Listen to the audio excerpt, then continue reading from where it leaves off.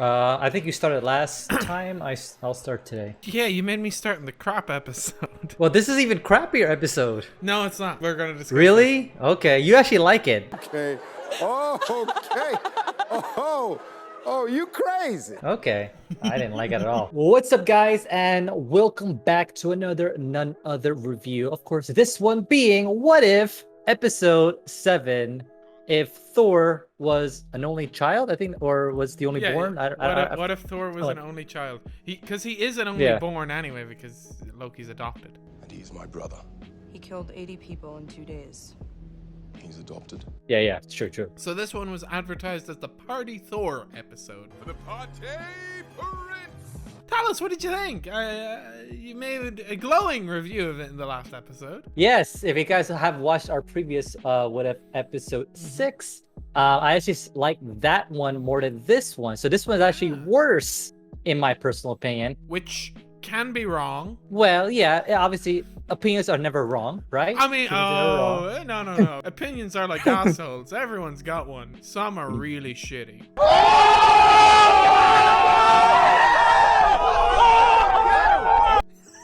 Yeah, I guess so. It depends.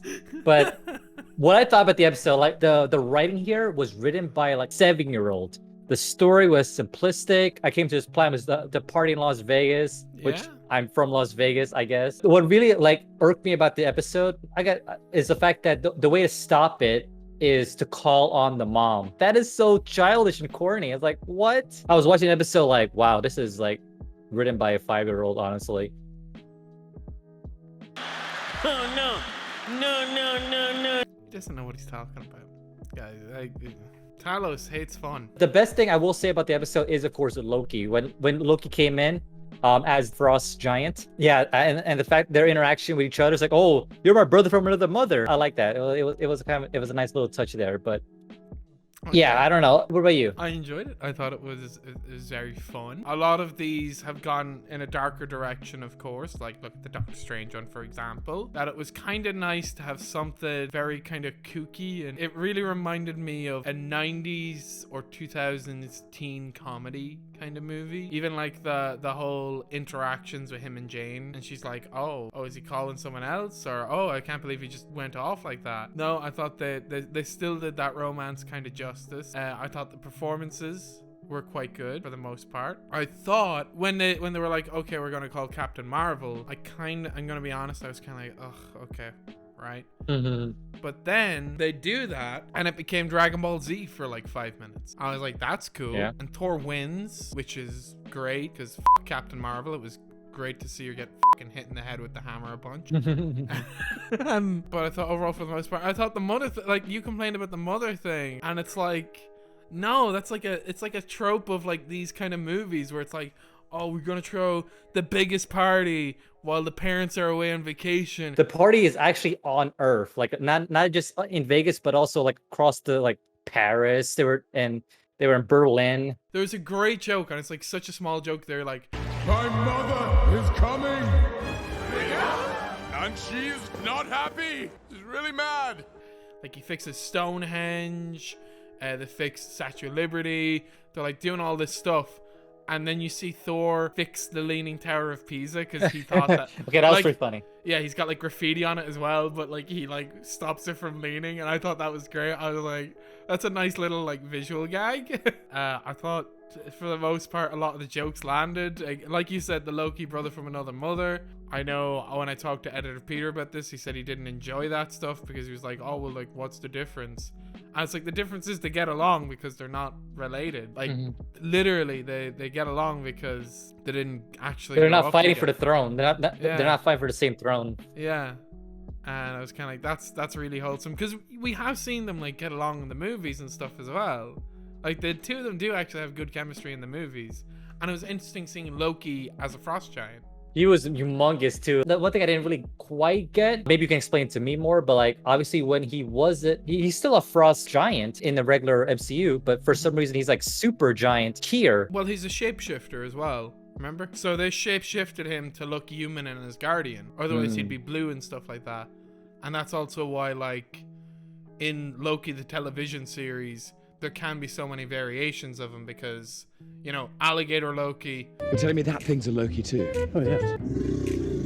Well, at least my Nexus event wasn't eating the wrong neighbor's cat.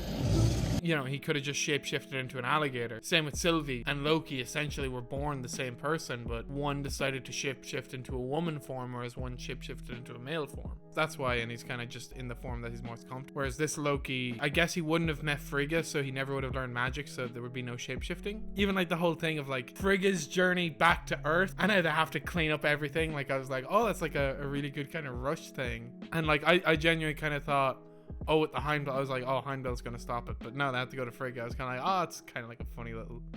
I just thought it was like funny. I think the only issue I necessarily had...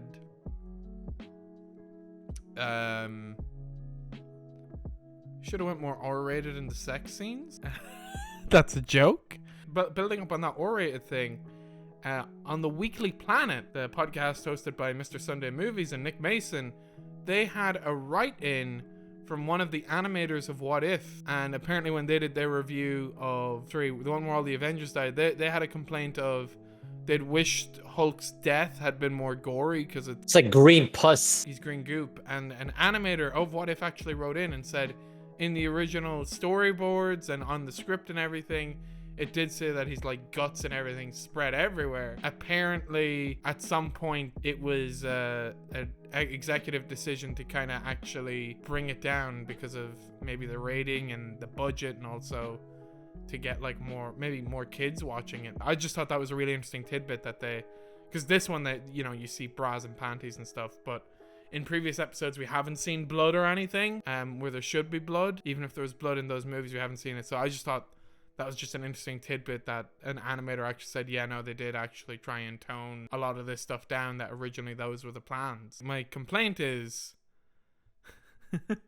Oh, Talos, are you ready for this? Yeah, go for it. My complaint is Captain Marvel. As per usual. As usual, Captain Marvel once again shows her uselessness in this episode. So she gets beaten by Thor, and then her plan to get revenge on Thor is to take him to like Antarctica, maybe? Or maybe it was the North Pole. I just know it was an icy area and nuke it with him there. And I'm like, it's like even Coulson says it, I thought she was the nuke. Wow, so you're that useless, Captain Marvel, that you would rather... Like, Thor actually isn't doing any harm. He's just having a big party. No one's attacking anybody. Everything's all G. Yeah, no one's really dying. Yeah. No one died whatsoever. Like everyone was just having a good time. I think everyone actually liked Thor there too. Like, yeah, Nick Fury accidentally got injured. There you go. That's the one injury that happened where Nick Fury got shoved out of the way and got injured. It's like Captain Marvel's whole thing then is, oh, well, he beat me in a fight, therefore destroy this part of the Earth. Well, keep in mind, this is before the invasion. This is before... Hey! The ice caps were still melting in 2010. That was still a planetary issue. And yet Captain Marvel was like, hey, let's go to the ice caps and send a nuke there. And add more water to the world. Yeah. Good job, Captain Marvel. Yeah, so Jane Foster was actually the hero of this episode, not Captain Marvel. I was like, it's so petty that that's the way she would do it. And also, this episode still also has the whole issue of her being called Captain Marvel. In the movie Captain Marvel, she is never named Captain Marvel. So they just called her that? She's never named it in the movie. And then in Endgame, she's never named Captain Marvel. And then the first time her name is mentioned is in Spider-Man Far From Home, where he's like, what about Thor? Off-world. Captain Marvel? Don't invoke her name. And it's like, okay, so where's her name came from? Because as far as her name is in the MCU, it's Carol Danvers. It's like, we need to actually see her get her name, because... And I know there's like the whole thing of Marvel and stuff like that, but nobody knows that except for her and Nick Fury. And she's never gone, I'm Captain Marvel. Where did she get the name Captain Marvel? Who knows to call her that? And also, we're going to have Miss Marvel as a Disney Plus series coming out, and Miss Marvel gets her name because she's inspired by Captain Marvel. But it's like, if Captain Marvel's actually never been around for the last 20 or so years, then how does Miss Marvel become the biggest Captain Marvel fan to go, oh, I'm going to name myself after Captain Marvel? And also, how does she know the name Captain Marvel if Captain Marvel doesn't actually have a name? And then you're going to have a movie called The Marvels, and one of those characters still hasn't been named. Miss Marvel's sitting there and she's all like, I don't have a name anymore because I don't know where I got my name from. It's like, what do you do? Where does Marvel come from? Why did they screw all this up? Why couldn't we just write her name? Why couldn't you just have at the end of the movie going, oh, I'm Captain Marvel now? And everyone goes, oh, yeah, you just Captain Marvel. No, we couldn't just have that. We just had to go, oh, well, I guess she's now Captain Marvel because we didn't write it into the movie. And anyway, I enjoyed the episode.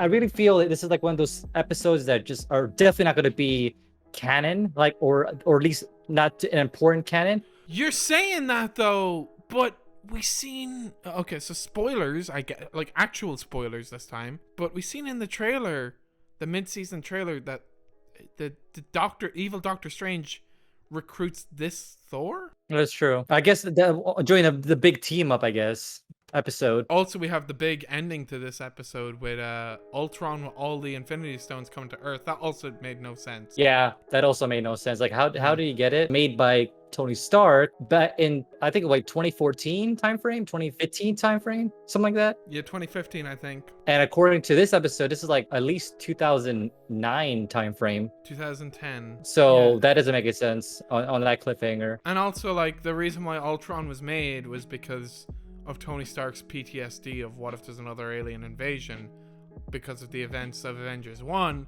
But because Avengers 1 actually can't happen, because Loki is good now and Loki's not working for Talos, so he's not going to try and take over the Earth.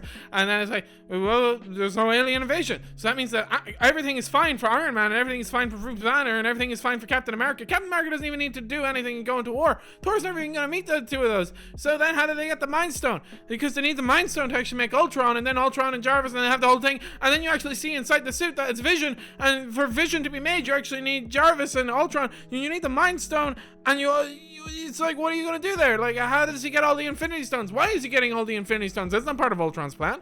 But I mean, I guess it's Ultron's plan in this. But also then, who's Ultron? Is Ultron Vision? Is Vision Ultron? Is it going to be James Spader? Is it going to be Paul Bettany? I guess we're going to have to see in the next episode. But I don't really know. It doesn't make any sense. Anyway, yeah. It kind of did look like Vision, though. It was Vision on the inside, yeah. I guess the other side of that is Vision's body was meant to be Ultron's body, remember? That's true, too. This episode was all over the place. I thought it wasn't all over the place. It was just a funny, chill episode. Because the next two are going to be all dark and, I don't know, big climax, I guess. I think this is kind of just like the calm before the storm. Like, let's just do something fun. Because none of the other episodes have really been, like, fun. Yeah, I agree. Honestly, the zombie one's probably my favorite one. Zombie one is still my favorite, yeah. I guess we can go to final ratings. Okay, go ahead. All right. Obviously, we do 2 ratings here.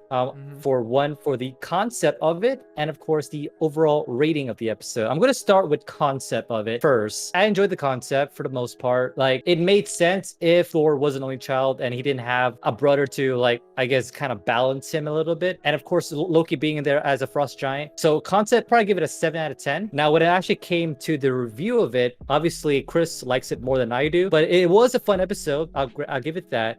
I did like some interactions here and there, but it just felt pointless. Like, I was watching one of those like TV shows that you just want to turn off your brain. If you want to turn your brain, you'll probably love this episode. If you want an actual story to progress something or have some kind of conflict, like a legit conflict, it didn't have it here. To me, it was just average. I'm gonna give it like a 5 out of 10. I thought it was fun. I thought it was funny. I thought it was a good, nice, chill episode to watch, and I don't think. I'm gonna be different than Talos. I don't think there's anything wrong with like something chill every once in a while. It's nice to have an episode every so often that you can just kind of go, yeah, that was fun, rather than I need to take something out of this. It was fine to have that. I feel like maybe this is where this suffers, because I wonder, Talos, if you were to binge this series from start to finish, do you think you would enjoy this episode more? If they had dropped all these episodes in one day, do you think you'd enjoy this episode more? I probably wouldn't. You don't think so? Because I feel like after all these weeks of like, oh yeah, you have Captain Carter and it's basically just the same movie. You have this universe where you have the next one where it's like, oh, this one's kind of fun, and then it all goes to shit. And then everything else after that is just, oh, everything goes to shit, everything goes to shit, everything goes to shit. Apart from maybe the zombies one, everything still goes to shit, but they did it in a fun way. Whereas this one was like, after all these dreary stories of, yeah, nothing works out, this one was, you know, for the most part was just, let's just have fun for a half an hour.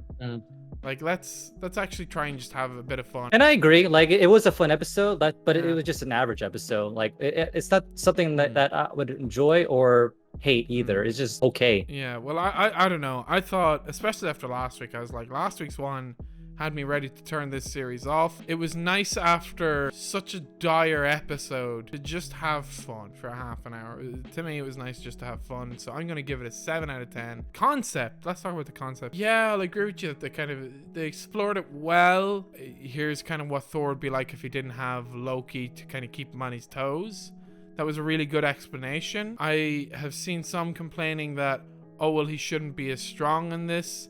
But I'm kind of like, remember how he is in the first one? He loses the hammer because of how arrogant he is. And how he is actually this kind of person that we see, he's not as far gone. And then I've seen people saying, oh, he's not different enough. And I'm like, no, this is still Thor without that kind of extra character development. So I think the concept did a good job. I'm going to give the concept an 8 out of 10. Obviously, these are our comments. We've very different comments from last week for sure, and even the previous week before that. But let us know what you guys think in the comments down below. Do you guys agree with me or Chris? Neither one of us. I don't know. But yeah, the whole thing that you were saying with continuity, Talos, I don't know. Like, I kind of really like if all this show is kind of separate. You know what I mean? Like, I don't really think. Yeah, I know what you mean. I just don't think that it doesn't make any sense. Like, all the universes branched out. So why would you just have one continuous timeline? Why bring everything together? Like, it doesn't really work. Okay, like, he's kind of going into this a little motion again. All of this? We're just gonna end it right here. I don't really Subscribe, understand. Like, Doctor like, Strange and we'll see you next time, guys. Back, like, Tell us it out. was really good.